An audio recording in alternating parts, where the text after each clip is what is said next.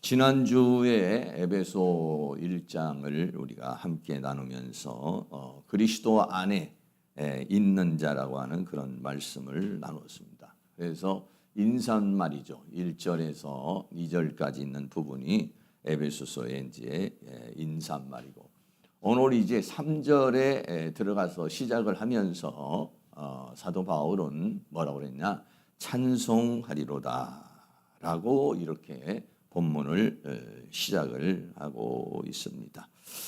우리는 뭐 얼마만큼 여러 가지 삶 속에서 찬양을 하면서 여러분 사시는지 모르겠어요.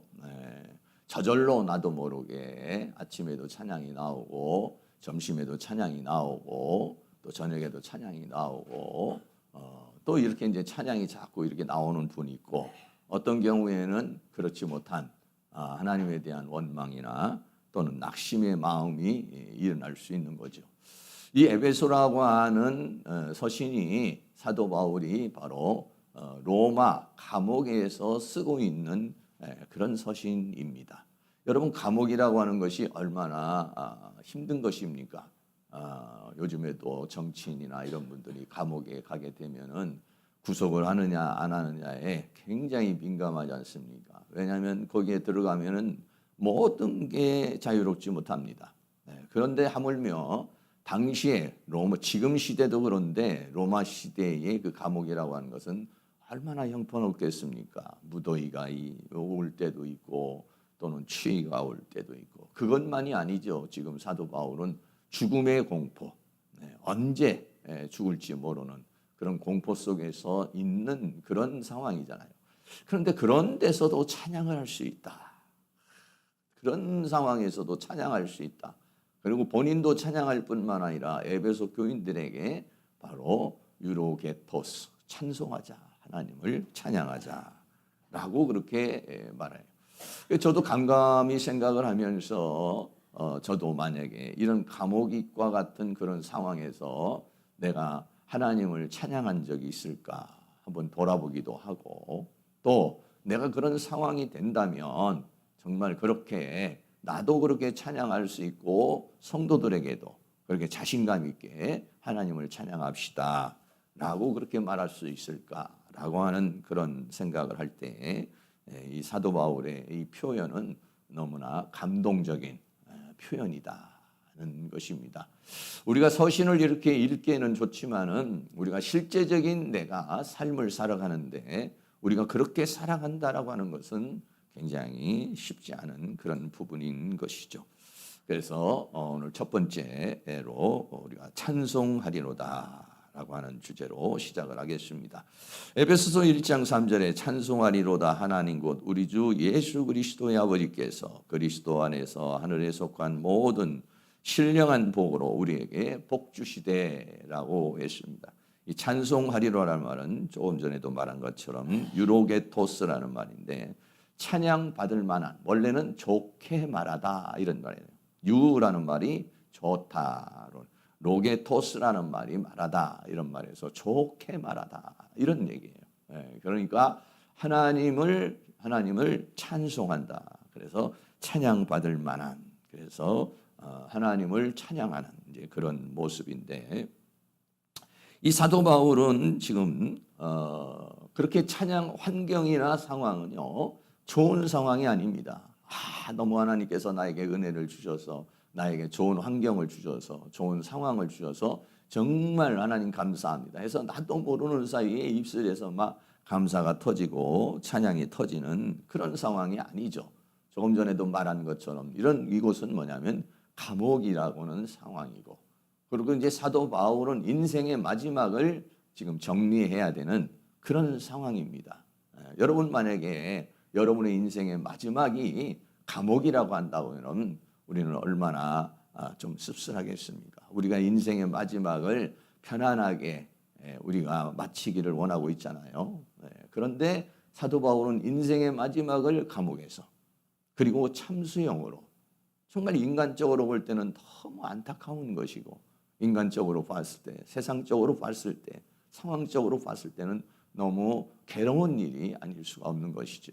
그런데 그런 상황에서도 사도 바울은 하나님께 찬양을 이야기를 하고 있는 모습을 보게 됩니다. 사도 바울은 지금 이런 그 로마의 감옥에서뿐만 아니라 그 전에도 사도행전 16장에 보면 빌립보 감옥에 갇히게 되는 상황이 있습니다. 사도 바울이 빌립보 감옥에 들어가게 되는 상황이 사도행전 16장에 빌립보라는 지역에 가서 복음을 전하다가 그곳에 있는 관리들에게 묶여가지고 매를 맞고 착고에 채워져가지고 이제 감옥에 들어가게 되는 그런 상황. 그게 뭐냐면 처음 선교의 시작점이었었던 것입니다. 그런데도 불구하고 사도 바울은 신라와 더불어서 거기에서 감옥에서 찬양을 하게 되는 모습을 보게 되죠. 사도행전 16장 25절, 26절 같이 한번 읽겠습니다. 밤중쯤 되어 바울과 실라가 기도하고 하나님을 찬미하며 죄수들이 듣더라. 이에 호련히 큰 지진이 나서 옥토가 움직이고 문이 곧 다 열리며 모든 사람의 매인 것이 다 벗어진지라. 아멘. 바울과 실라가 복음을 전하다가 감옥에 들어가게 되고 매를 맞고 착고에 채워져서 감옥에 있게 됩니다. 우리는 보통 이런 상황이 되면 인간은요, 이성과 감정을 가지고 있기 때문에 낙심할 수 있습니다. 분명히 하나님의 응답을 받고 하나님의 은혜 속에서 빌립보라는 지역에 왔는데 거기에서는 하나님의 놀라운 은혜의 역사가 기다릴 줄로 알았는데 오히려 감옥에 갇히는 그런 상황이 왔을 때 우리는요, 흔들리게 됩니다. 때로는 우리가 기도가 응답되고 하나님의 뜻 가운데도 행동하는데도 뭐 이런 어려움이 닥치게 되는 경우가 있어요. 여러분들이 열심히 교회에 나오고 봉사하고 헌신하고 기도, 신앙생활 잘해도 그리고 또 하나님 앞에 봉사를 해도 뜻하지 않는 상황이 일어날 때가 있어요. 그러면은요, 우리는 어떤 생각이 일어나면 하나님에 대한 원망이 나옵니다. 하나님, 내가 나름대로 이렇게 봉사도 하고 헌신도 하고 기도도 하고 예배도 빠지지 않고 다양하게 이렇게 하는데 왜 하나님 나에게 이런 일이 일어날 수 있습니까? 라고 이렇게 하나님에 대한 원망이 일어나요. 왜? 우리가 보통 내 나름대로 믿음 생활하고 은혜 생활하고 또 성령의 인도함을 받으면은 좋은 일들이 펼쳐질 것이다. 형통할 것이다. 뭐 이렇게 우리가 보통 생각하지. 하나님의 은혜 속에서 하는데 막 어려움이 닥칠 것이다. 고난이 올 것이다. 문제가 생길 것이다. 이런 생각을 우리가 많이 안 해요. 저도 항상 그런 기대를 갖죠. 우리가 지난번도 3시간 돌파 기도도 하고 집회도 하고 또 우리가 이제 기도회도 하고 그럼 기도를 막 이렇게 하고 나면은 기대감이 있어요. 아, 이렇게 기도를 했으니까 하나님께서 어떤 은혜를 주시겠지. 뭔가를 주시겠지. 그런데 오히려 시험이 온다든지 오히려 문제가 와보세요. 아, 그럼 내가 기도를 잘못했나, 집회를 잘못했나, 뭐 이런 생각이 막 들어올 수 있는 거예요. 그러면은요, 기도할 마음이, 기도하고자 하는 욕망이 생기질 않습니다. 하나님 앞에 막 더 열정적으로 나오고자 하는 그런 마음이 오는 게 아니라 오히려 마음이 싸늘하게 식어버리는 거예요. 그게 인간이에요. 왜? 감정의 동물이고 환경의 동물이기 때문에 그런 겁니다. 그런데 믿음이라는 건 뭐냐면 그 환경과 상황을 뛰어넘는 것. 할렐루야. 그게 뭐냐? 믿음이라고 하는 것이죠. 이 사람이 바울과 실라가 밤중쯤 되어서 하나님 앞에 기도를 하고 그리고 하나님을 찬미하였더라. 그러니까 이거는 뭐냐면은 그렇게 할 수 없는 상황인데 그렇게 한 거예요. 그렇게 할 수 있었던 근거는 뭐냐면 하나님에 대한 믿음이죠. 그때에 뭐가 일어나느냐? 하나님의 역사가 일어나는 것입니다. 도저히 감사할 수 없는 상황, 도저히 찬양할 수 없는 상황, 도저히 기뻐할 수 없는 상황인데도 불구하고 기뻐할 때, 감사할 때, 찬양할 때 그때 어떤 역사가 있습니까? 하나님이 그 자리에 임재를 하셨습니다. 하나님이 거기에 임재를 하게 되니까 그 옥토 자체가 뭐 감당을 못하고 지진이 일어났습니다. 그리고 거기에 있는 모든 창문, 그 감옥 문이 열리고 사람들을 묶어놨던 착고나 이런 쇠사슬이 다 풀려버리는 하나님이 임재가 그런 거예요. 언제 하나님이 우리에게 임재하시느냐? 물론 하나님은 우주에 충만하시기 때문에 늘 우리 주님이 우리와 함께 하십니다. 그런데 이런 상황에서 하나님께서 초자연적인 역사, 우리의 삶 속에 초자연적인 역사가 일어날 때는 어떤 때냐? 우리가 초자연적인 상황을 넘어섰을 때, 내 믿음이 감사할 수 없는데 감사하고 찬양할 수 없는데 찬양하는 내가 그 상황을 벗어난 초월한 상황이 됐을 때 하나님도 그러한 역사가 일어나게 된다는 것이죠. 그래서 사랑하는 모든 성도님이 인생을 살아가는데 도저히 감사할 수 없을 때, 찬양할 수 없을 때, 그때가 바로 하나님의 역사를 이룰 수 있는, 하나님이 임재하게 하는, 하나님이 일하시게 하는 그런 때라고 생각을 해서 여러분들의 감정을 잘 가라앉히고 믿음으로 그 찬양을 하고 기도를 함으로 인해서 하나님의 은혜의 역사가 우리의 현실 속에 나타나는 것을 체험하는, 하나님의 간섭하심의 역사가 일어나는, 주님의 임재하심과 역사가 나타나는 그런 일이 체험되어질 수 있기를 주의 이름으로 축원합니다. 성경의 베드로전서에도 보면 베드로도 이렇게 이야기를 합니다. 베드로전서 1장 3절에 찬송하리로다. 베드로전서 1장 3절이니까 1장 1절 2절은 인사말이고 3절에 가서는 시작입니다. 베드로 서신을 쓰는 입장이죠. 근데 베드로가 뭐라냐? 찬송하리로다. 그럼 베드로가 보내는 이 서신 자체에서 서신을 받고 있는 모든 사람들이 좋은 환경과 좋은 상황 속에서, 좋은 형편 속에서 이렇게 우리에게 복을 주신 하나님 앞에 찬양합시다, 이렇게 우리를 편안하게 해주신 하나님 앞에 찬양합시다가 아니었어요. 사실은 베드로 서신을 보내는 그곳에는 전부 다 어려움 속에 있었습니다. 핍박이 있었습니다. 어려움이 있었습니다. 그런 상황인데도 불구하고 그 베드로전서를 받는 성도들, 흩어진 그 나그네들에게 뭐라고 말하냐? 찬송하리로다. 과연 이런 찬송은 어디서 나오는 것일까? 과연 우리는 이런 찬송을 하면서 살고 있을까 하는 것이죠. 우리 주 예수 그리스도의 아버지 하나님이 그 많으신 국률대로 예수 그리스도의 죽은 자 가운데서 부활하심으로 말미암아 우리를 거듭나게 하사 산 소망이 있게 하시고, 삶을 해서 베드로 성도님들이여 하고 있었던 사업이 잘 된 것을 찬양합시다. 베드로 성도들이여 질병이 치료된 것을 찬양합시다. 문제가 해결된 걸 찬양합시다. 이런 얘기가 아니라 우리를 거듭나게 하사 산 소망이 있게 하신 그 영적인 세계, 하나님이 주신 그 구원, 그 하나님의 주신 은혜, 이거를 찬양하고 있었어요. 찬양의 목적, 찬양의 이유가 무엇이었느냐? 목사님, 요즘에 내가 너무 일이 잘 되고 우리 아들 문제가 잘 풀리고 가정 문제가 잘 풀려서 그래가지고 여러분들이 감사헌금도 하고 하나님께 찬양할 수도 있지만은, 그러지 않을 때, 그러지 않은 상황에서도 하나님께서 나를 구원하신, 하나님께서 나에게 은혜를 주신 그런 것에 우리는 그냥 그거는 기본적으로 주어지는 것으로 생각을 하게 되는 경우가 너무 많이 있어요. 그런데 이런 바울과 같은 사람이나 베드로 같은 사람은 그 구원의 감격이 가슴 속에서 타오르고 있었다는 것이 너무 하나님께 감사한 거예요. 너무 하나님을 찬양하고 싶은 거예요.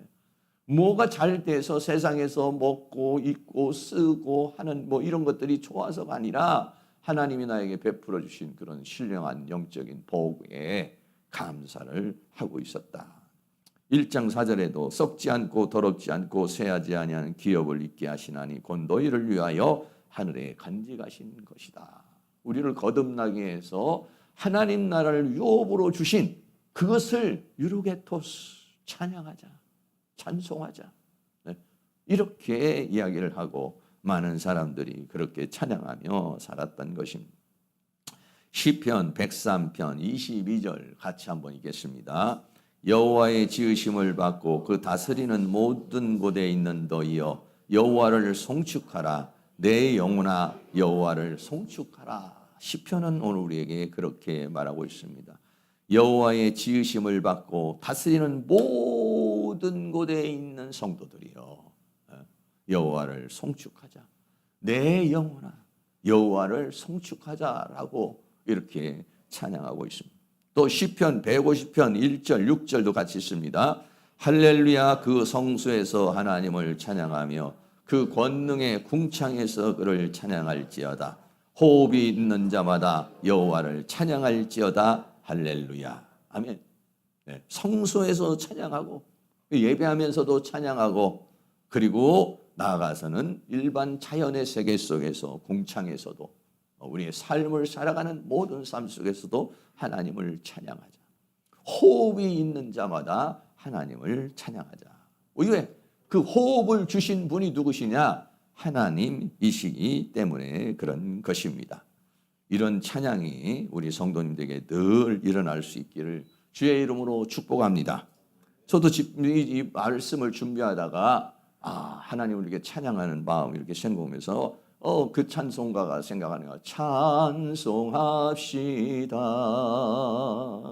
찬송합시다. 찬송합시다.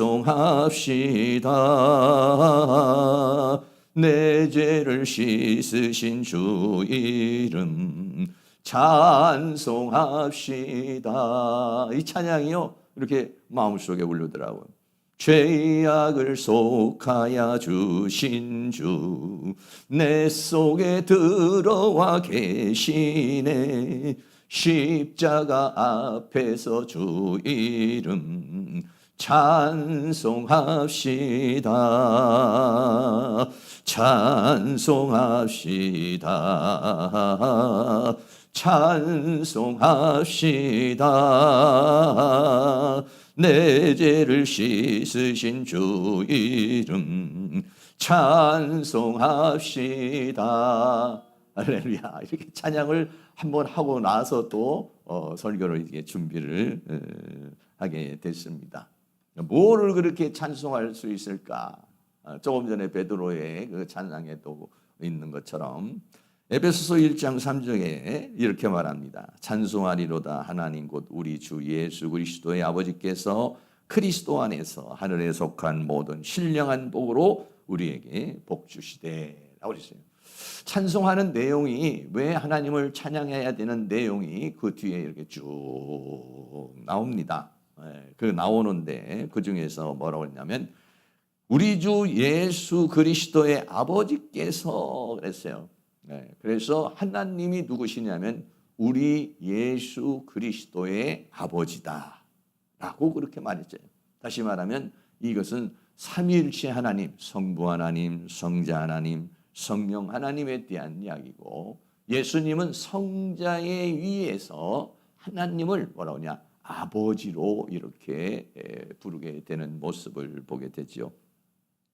그래서 그 아들이신 그 예수님은 아들의 육경에서 이 땅에 오셔서 아들의 몸을 입고 오셔서 이제 그 우리의 구원의 역사를 이루시고, 그거를 이루시게 하신 것을 하나님 아버지로 이렇게 표현하고 있어요.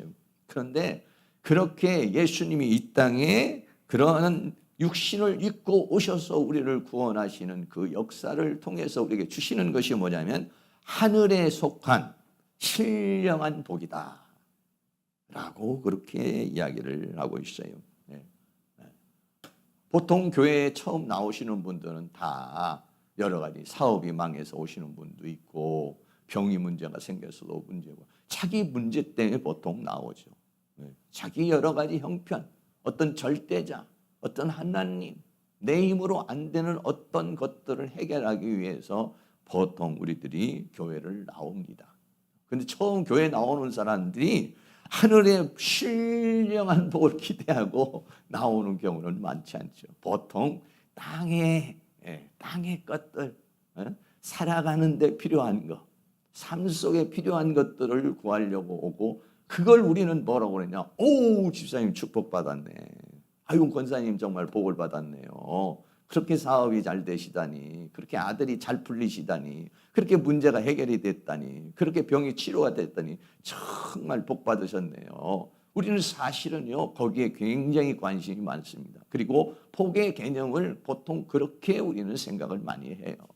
그런데 사도 바울이 지금 이 감옥에서 찬양을 하자, 하나님을 찬송하는 그 목적 중에, 이유 중에 하나는 뭐냐? 하나님께서 우리에게 하늘에 속한 모든 신령한 복으로 우리에게 복을 주셨다. 그렇게 하기 위해 그 하늘에 속한 신령한 복을 주신 하나님 앞에 감사하고 있다. 사랑하는 모든 성도님, 한 주간 사시면서도 하나님께서 이번 한 주간 이런 문제 해결해 주셔서 너무 감사해요. 저런 문제 해결해 주셔서 감사해요. 이런 감사도 있지만 때로는 우리가 하나님 앞에 깊은, 나 같은 죄인을 구원해 주신 하나님 너무 감사합니다. 나에게 저런 천국의 소망을 주신 하나님께 감사합니다. 하나님께서 나에게 이런 은혜를 주신 것을 감사합니다. 이런 하늘의 신령한 복, 하늘에 속한 신령한, 이 신령한 복을 받은 것을 하나님 앞에 찬양할 수 있는, 하나님 앞에 감사할 수 있는 그런 은혜가 뭐냐면 감옥에서 있었다, 이런 얘기입니다. 감옥에서 그런 마음이 있었다는 거예요. 여기서 말하고 있는 이 신령한 복이라는 것은 푸뉴마티코스라는 말인데, 푸뉴마티코스로 말하는 영적인, 영에 속한이래요. 푸뉴마라는 말이 영이라는 말입니다. 푸뉴마티코스 해가지고 영에 속한 영적인 복, 그거를 우리에게 말해주고 있는 것이죠.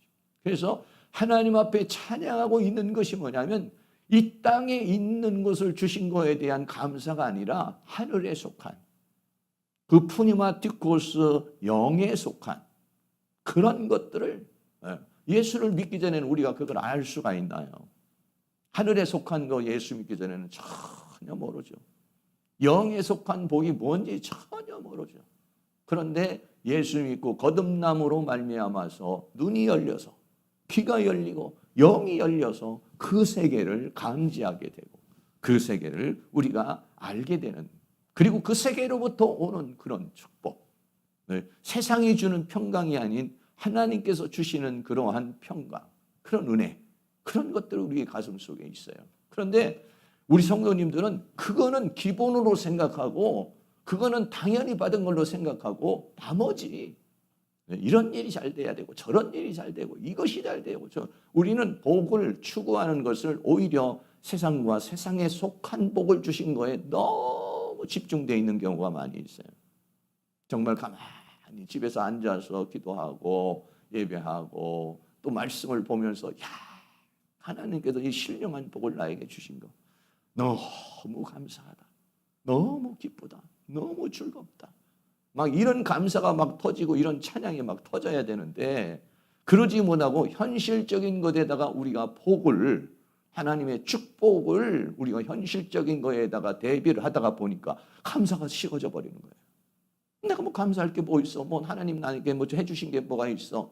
하나님께서 나에게 주신 게 뭐가 있어? 사실은 하늘에 속한 신령한 축복을 우리에게 주셨는데도 불구하고 하나님 앞에 감사하지 못하는 경우가 많다는 것이에요. 사랑하는 모든 성도님들, 하늘에 속한 신령한 복을 주신 그 하나님께서 주신 것들을 여러분들이 세워보면서 그것을 한번 적어보기도 하고 살펴보기도 하면서 그 은혜를 통해서 하나님 앞에 찬양할 수 있는 은혜가 있기를 주의 이름으로 축복합니다. 두 번째는 이 하나님께서 하나님을 찬양하는 이유 중에 하나는 그 신령한 복은 전체적인 복을 말하는 것인데 그 중에 하나가 뭐냐면 하나님이 나를 선택해 주었다는 것이에요. 하나님의 선택을 생각을 할 때 너무 감사하다는 거예요. 하나님의 선택을 생각할 때 유로게토스, 하나님을 찬양한다는 것입니다. 에베소 1장 4절에 곧 창세전에 그리스도 안에서 우리를 택하사 우리로 사랑 안에서 그 앞에 거룩하고 흠이 없게 하시려고 라고 그랬어요. 하나님이 나를 택하였다. 언제? 창세전에. 어디서? 그리스도 안에서. 누구를? 나를 택하여 주셨다는 거예요. 이 택했다는 말은 에클레고마이라는 말인데 에크, 어디로부터 나를 불러냈다 이런 말이에요. 다시 말하면 선택을 했다, 골라냈다는 거예요. 많은 사람들 중에, 많은 무리 중에서 골라냈다는 거예요. 하나님이 나를 선택해 주셨다라고 하는 것입니다. 네. 이 많은 사람들 중에서 하나님이 나를 선택해 주셨다. 저는 늘 그런 감동과 감격이 있어요. 우리 가족 중에서 나를 선택해 주시고, 우리 형제 중에서 나를 목사로 선택을 해주고, 그럼 우리 그 형제 중에서 사실은요, 제가 목회자의 소양이 제일 부족한 사람이에요. 제가 생각할 때, 인간적인 것을 봤을 때는요, 우리 형님이나 내 동생이나는 굉장히 그런 소양이 있다고 생각해요. 저보다는 훨씬 더. 그런데 하나님이 그런 것들을 보시지 않고 나를 선택해 주셨다. 목사로 선택해 주셨다. 이거예요. 너무 감사하게 생각하고 있습니다. 어떤 분들은 옛날에는 지금도 그런지 모르지만 선한 목자 교회 유기성 목사님입니까? 그분은 장남으로 태어났는데 목사님이 아버지가 목사님이시니까 그 목사님이 태어났을 때부터 그 아버지 목사님이 하나님께로 바치기로 서원을 해버린 거예요. 그래가지고 목사 한 수가 하는데 너무 서럽고 너무 고통스럽다는 거예요. 나는 이게 팔자가 그냥 목사로 그냥 태어날 때부터 아버지가 그냥 서원을 해버려가지고 빠져나가지도 못하고 하나님 앞에 드린 것이 너무 불편하고 너무 괴로웠다는 거예요. 그런데 나중에 은혜가 임하니까 나를 그렇게 선택해 주신 하나님께 감사했다는 것이에요. 오늘 우리가 하나님이 선택해서 이 자리에 나오시게 된 거 여러분 축하하고 감사한 일인 줄로 믿습니다. 네, 그렇습니다. 요한복음 15장 16절 말씀 같이 한번 읽겠습니다. 너희가 나를 택한 것이 아니요 내가 너희를 택하여 세웠나니 이는 너희로 가서 과실을 맺게 하고 또 너희 과실이 항상 있게 하여 내 이름으로 아버지께 무엇을 구하든지 다 받게 하려 함이니라. 아멘. 내가 하나님을 선택한 것이 아니라 하나님이 먼저 나를 선택했다는 거예요. 내가 뭐 잘나고 똑똑하고 뭐 이래서 하나님께서 나를 선택한 것, 그래서 너는 보니까 정말 괜찮다. 공부도 많이 했고 성품도 좋고 성격도 좋아. 그러니까 내가 널 선택할게. 이게 아니라는 거죠. 창세전에 하나님께서 우리를 선택해. 내가 하나님을 선택한 것이 아니라요. 하나님이 나를 선택해 줬다. 이거에 어떻게 하냐면 하나님을 유로게토스, 하나님을 찬양한다. 하나님을 찬양하는 이유 중에 하나가 뭐냐면 하나님이 나를 선택했다. 이 선택이라고 하는 말이 또 어머니 태에서 우리를 선택했다 했어요. 갈라디아 1장 15절에 그러나 내 어머니의 태로부터 나를 택정하시고 은혜로 나를 부르시니가 사도 바울의 고백입니다. 하나님께서 내 태중에서 나를 선택하시고 30대의 나를 부르신 하나님께 감사한다라고 그랬습니다. 또 우리는 어떻게 하냐? 하나님이 우리를 선택했고 세상에서 선택했다고 했어요. 요한복음 15장 19절도 한번 있습니다. 너희가 세상에 속하였으면 세상이 자기의 것을 사랑할 터이나 너희는 세상에 속한 자가 아니요 도리어 세상에서 나의 택함을 입은 자인 고로 세상이 너희를 미워하느니라. 아멘. 우리는요 세상에 살고 있지만 세상에 속한 자가 아니에요. 세상에 살고 있지만 하나님이 나를 선택해서 우리는 세상에 속한 자가 아니라 하나님께 속한 자요 하늘에 속한 자가 된 겁니다. 네. 우리는요 세상에 살고 있지만 세상에 속한 자가 아닙니다. 왜? 우리의 본향은 이 세상이 아니라 하나님 나라이기 때문에 그래요. 하나님께서 세상에서 나를 선택해요. 세상의 마음대로 그냥 흘러가는 대로 살지 않고 세상에서 나를 선택했다. 또 사람 중에 선택했다 이랬어요. 고린도전서 1장 27절도 같이 있습니다. 그러나 하나님께서 세상에 미련한 것들을 택하사 지혜 있는 자들을 부끄럽게 하려 하시고 세상에 약한 것들을 택하사 강한 것들을 부끄럽게 하려 하시며 아멘. 네. 여러분이 생각할 때 난 그렇게 미련하지 않는데 난 그렇게 약하지 않은데 이렇게 생각할 수도 있겠습니다. 그런데 저는요 저를 비춰보면은 맞는 얘기예요. 정말 여러 가지로 미련하고 정말 제대로 판단하지 못하고 강하지 못하고 부족한 게 너무 많아요. 그런데도 불구하고 하나님께서 나를 선택해 주셨다는 것이죠. 더 나아가 사도 바울은 이렇게 말했습니다. 로마서 1장 1절에 예수 그리스도의 종 바울은 사도로 부르심을 받아 하나님의 복음을 위하여 택정함을 입었다라고 그렇게 말했어요. 네. 택정함을 사도로 선택해 주셨다는. 네. 그러면은 하나님께서 나는 무엇으로 선택해 주셨는가? 하나님께서는 나를 향한 하나님의 뜻은 무엇인가? 바울 같은 사람은 복음을 위해서 사도로 선택했다고 그랬어요. 그럼 나는 무엇으로 선택했는가? 여러분, 이것을 깨닫는 것이 참 인생에서 매우 중요한 거예요. 왜? 이게 삶의 정체성이기 때문에 그래요. 나의 정체성이기 때문에. 이 정체성이 흔들리게 되면 문제가 많이 생깁니다. 하나님이 나를 정말 이렇게 부르셨나? 하나님 나를 저렇게 부르셨나? 하나님께서 이렇게 쓰시려나? 저렇게 쓰시려나? 이게 딱 정해지지 않으면 굉장히 우리가 행동하고 생활하는 데 어렵습니다. 하나님이 나를 선택한 이유가 뭘까? 하나님께서 이 행복한 교회에 나를 보내주신 이유가 뭘까? 하나님께서 왜 내게 이 자리에 있는 걸까? 이걸 여러분들이 잘 깨달으면 그 부분을 여러분이 잘 감당하게 되죠. 잘 감당하게 되면 그게 뭐가 되느냐? 다 축복의 통로가 됩니다. 그리고 하나님께 영광의 통로가 되는 거예요. 그런데 우리가 그게 분명하지 않으면 힘든 거예요. 저도 마찬가지로 수없는 세월 동안에 목사로 이렇게 살아왔고 또 신학교도 이렇게 하고 있지만은요. 거기에 대한 분명한 게 없으면은요. 나는 이게 부흥도 안 되고 성장도 안 되는데 하나님께서 좀 잘못 부르신 건가? 아니면 내가 좀 착각을 한 건가? 하나님의 뜻이 이게 아닌가? 나는 인천이 아닌가? 난 서울로 가야 되는 건가? 아니면 난 부산으로 가야 되는 건가? 막 이런 갈등이 저도요. 가끔 가다가는요. 부흥이 안 되고 제가 원하는 대로 안 되면 갈등이 생기는 거예요. 그런 고민이 생기는 거예요.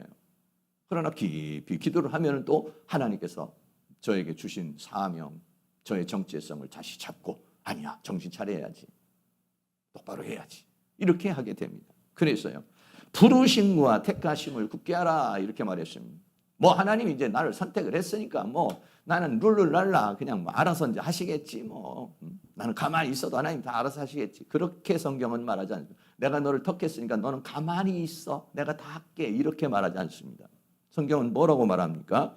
베드로후서 1장 10절 같이 있습니다. 그러므로 형제들아 더욱 힘써 너희 부르심과 택하심을 굳게 하라. 너희가 이것을 행한즉 언제든지 실족치 아니하리라 라고 그랬습니다. 사도 바울이 이제 내가 너를 복음을 위해서 내가 사도로 선택했다 그러면 이제 뭐 하나님이 알아서 하시겠지 뭐 알아서 쓰시겠지 가만히 있었나요? 아니에요. 그 비전을 가지고서 힘쓰고 애쓰고 노력하고 땀 흘리며 굶고 춥고 매맞으며 그런 모든 것을 감당해 나갔어요.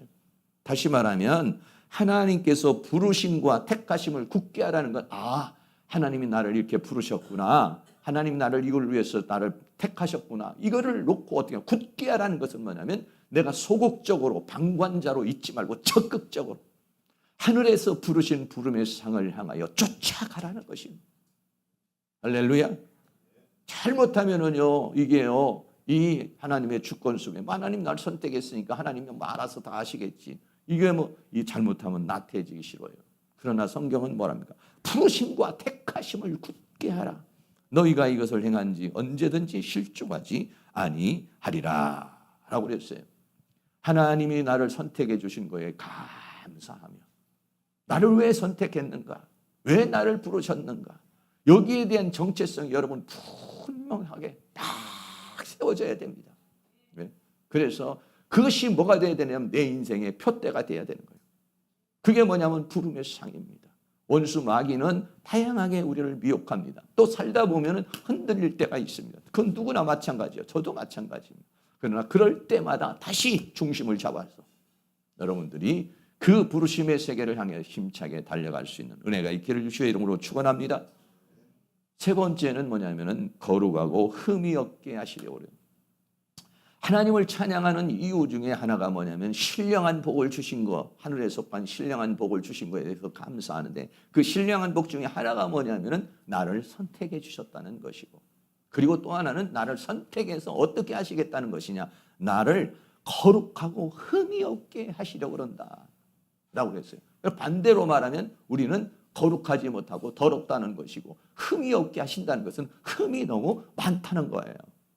그런데 하나님이 나를 부르신 목적이 나를, 더러운 나를 거룩하게 만들고 흠이 많은 나를 흠이 없는 자로 만드시기를 원하신다라고 하는 거예요. 에베소 1장 4절에 곧 창세전에 그리스도 안에서 우리를 택하사 우리로 사랑 안에서 그 앞에, 하나님 앞에 섰을 때 거룩하고 흠이 없게 하시려고 하는 것입니다. 네. 거룩하고 흠이 없는 자로 만들고, 여기도 엄청나게 많은 이야기가 사실적으로는 담겨져 있는 부분이죠. 하나님 나를 거룩하게 하시고 흠이 없게 하시려고 해서 수많은 과정과 상황이 또 이루어져야 되지 않겠습니까? 성경은요, 하나님은 뭐라고 말씀하십니까? 내가 거룩하니 너희도 거룩하라 이렇게 말했어요. 레위기 11장 44절 같이 있습니다. 나는 여호와 너의 하나님이라. 내가 거룩하니 너희도 몸을 구별하여 거룩하게 하고 땅에 기는 바 기어다니는 것으로 인하여 스스로 더럽히지 말라라고 그랬습니다. 하나님은요, 내가 거룩하지 않냐? 너도 거룩해. 굉장히 하나님께서는 우리에게 수준을요, 엄청난 차원으로 말씀하시는 거예요. 너도 나처럼 살아 이런 얘기예요. 내가 거룩하지 않아. 너도 거룩해야 돼. 네. 그렇게 하나님께서 우리를 그런 차원으로 우리에게 말씀해 주시고 있는 거예요. 근데 그 거룩이라고 하는 것이 어떻게 거룩으로 우리가 단계에 갈 수가 있습니까? 네. 사람이 거룩하게 되는 것, 그것은요, 이 세상의 학문이나 철학이나 사상으로 되는 게 아니라, 네, 그것은 하늘에 속한 것으로, 하늘에 속한 신령한 복으로 인해서 우리가 어떻게 하냐? 거룩하게 되는 거예요. 왜? 이 세상에 있는 것은 인간을 본질적으로 거룩하게 할 수가 없는 것이기 때문에 그렇습니다. 우리가 잘 아는 대로 한 세 가지 정도, 우리를 뭘로 거룩하게 하는가 하면 그리스도의 피로 거룩하게 한다 그랬어요. 히브리서 9장 14절 같이 있습니다.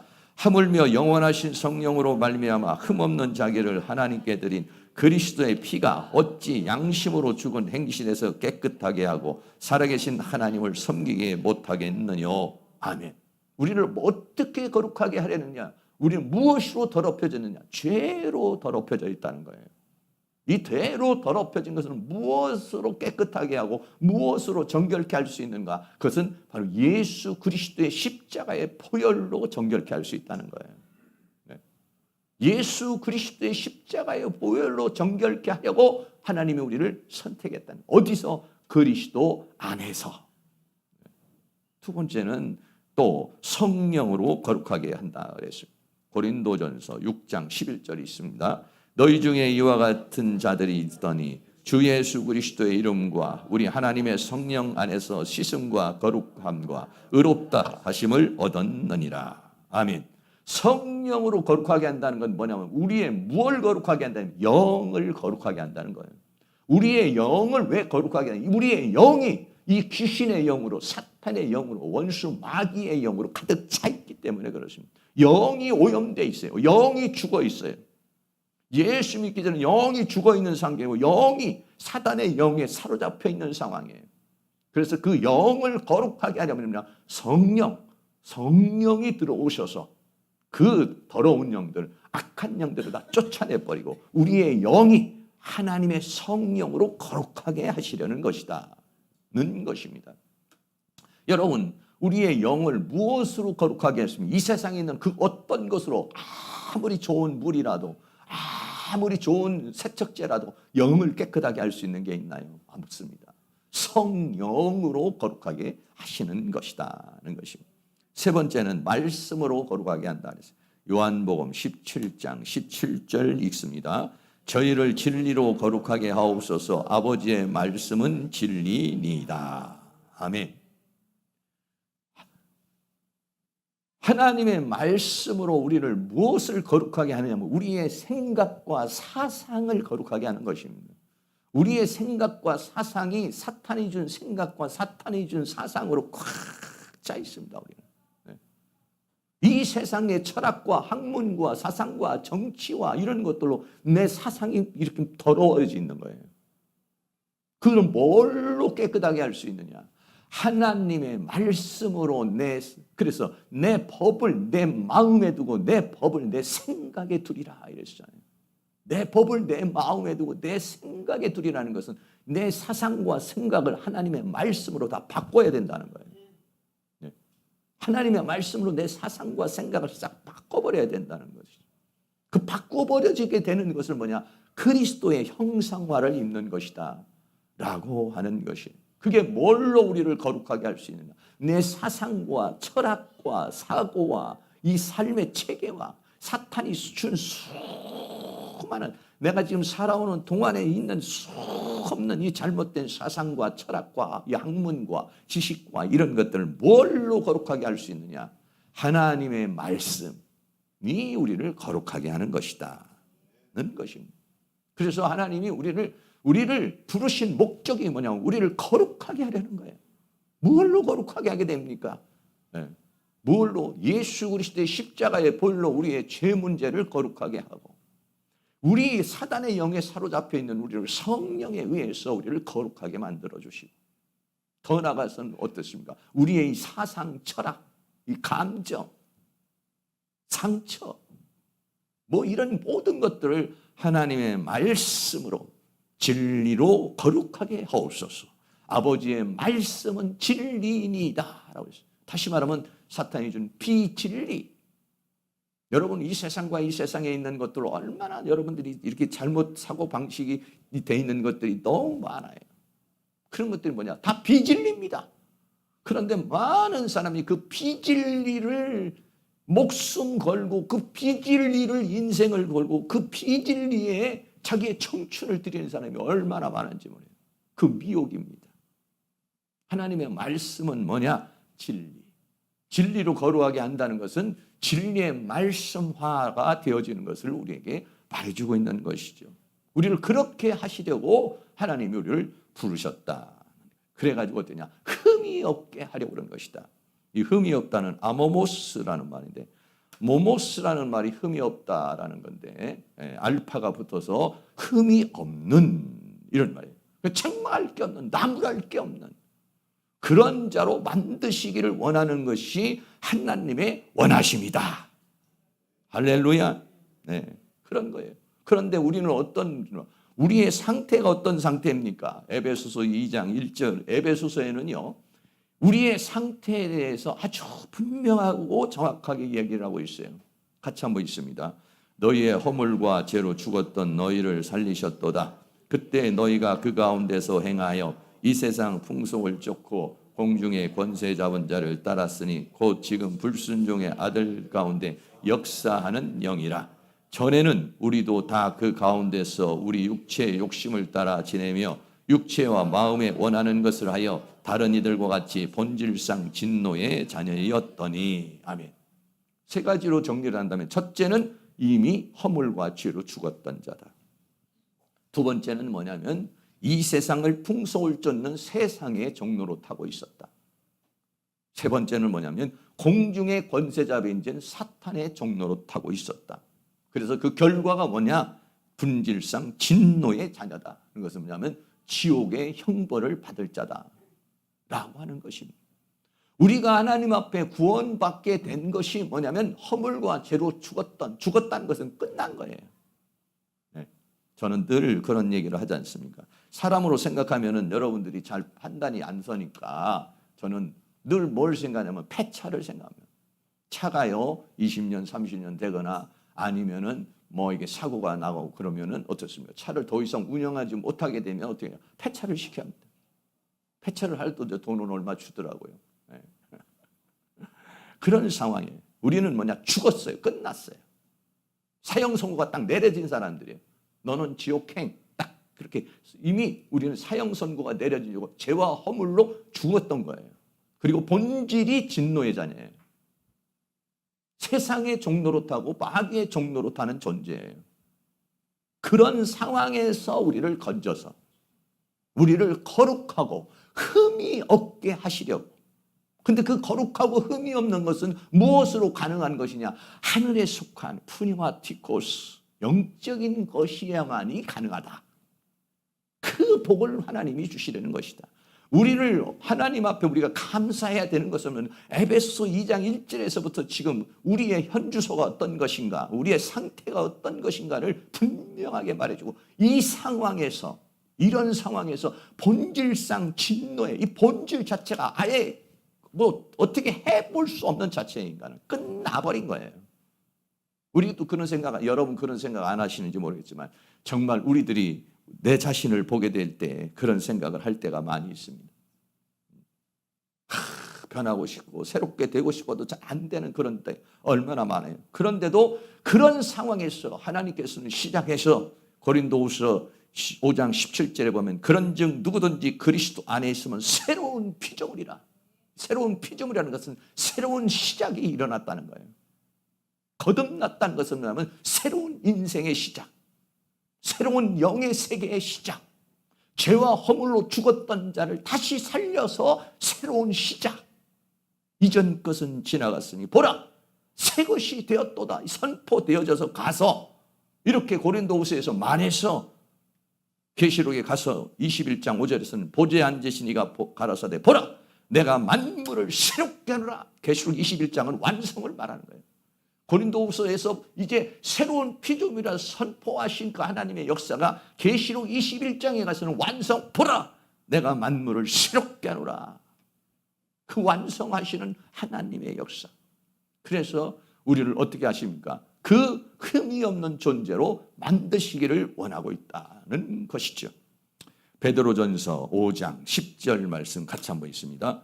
모든 은혜의 하나님 곧 그리스도 너희를 부르사 자기의 영원한 영광에 들어가게 하신 이가 잠깐 고난을 받은 너희를 친히 온전케 하시며 굳게 하시며 강하게 하시며 터를 견고케 하시리라.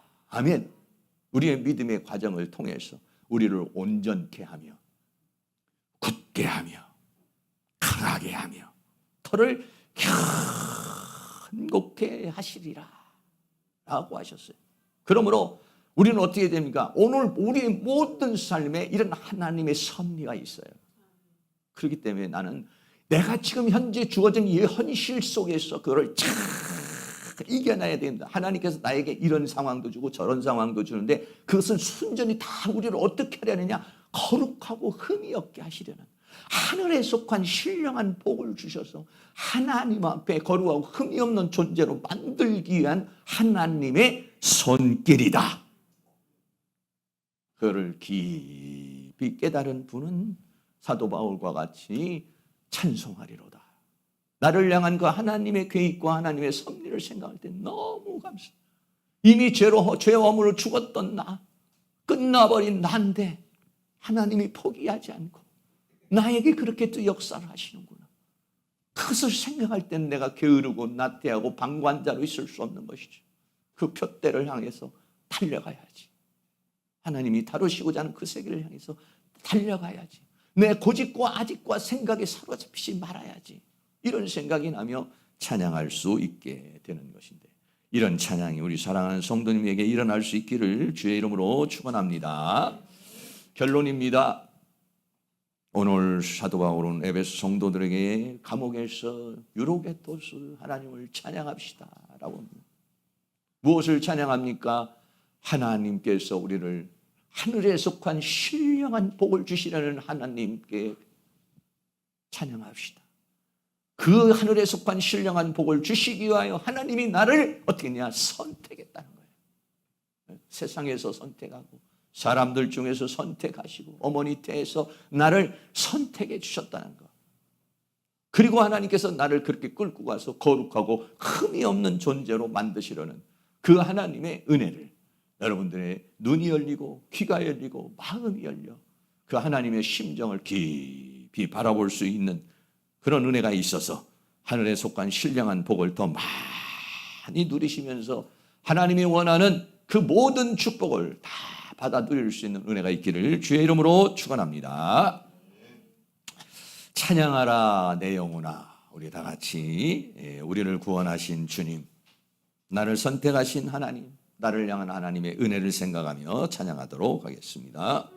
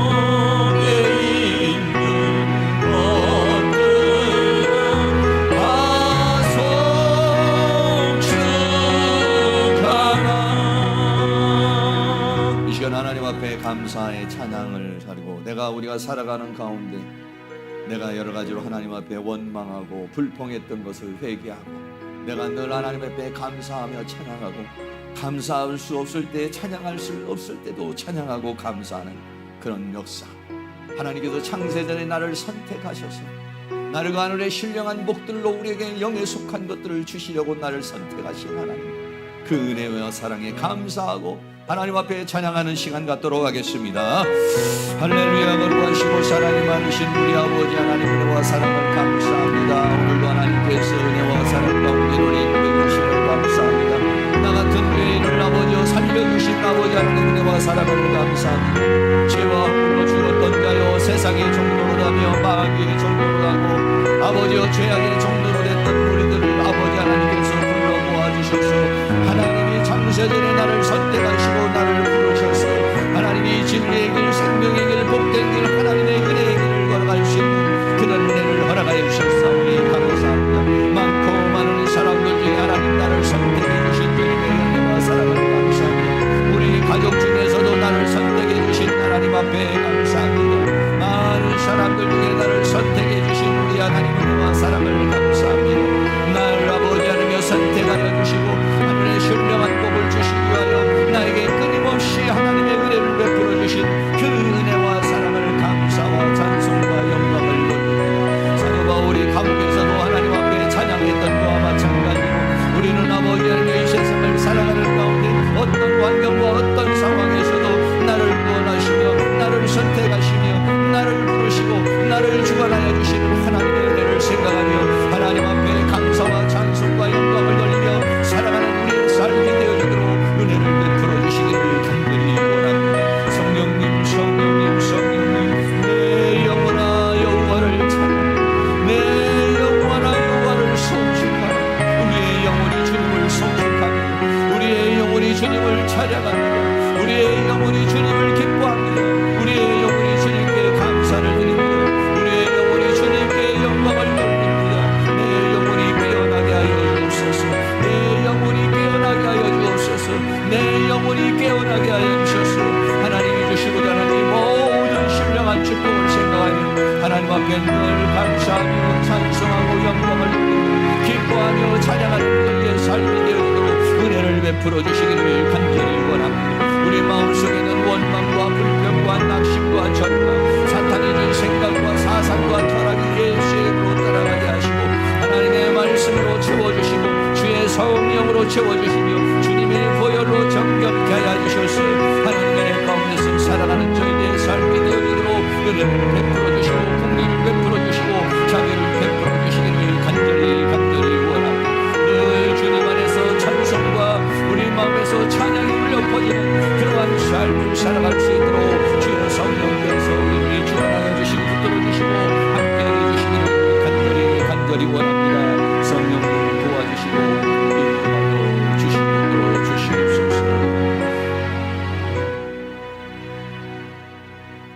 사랑과 은혜가 많으신 아버지, 나 같은 죄인을 살리신 주님의 은혜를 감사합니다.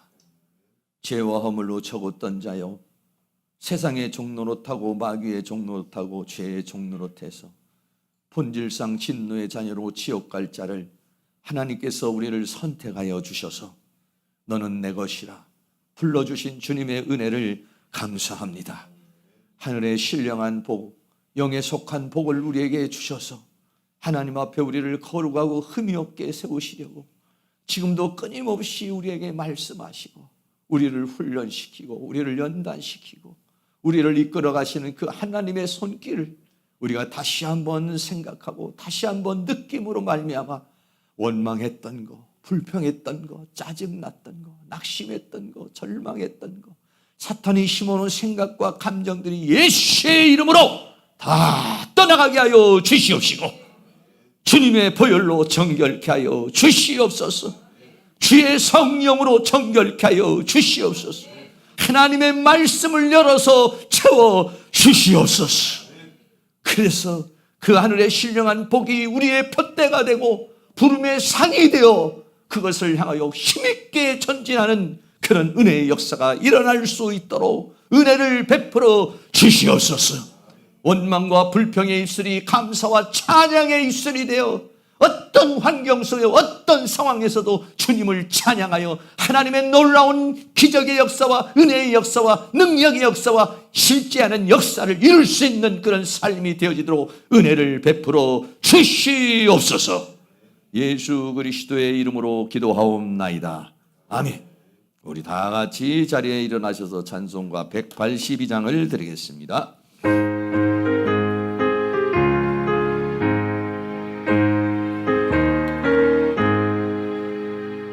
구주의 신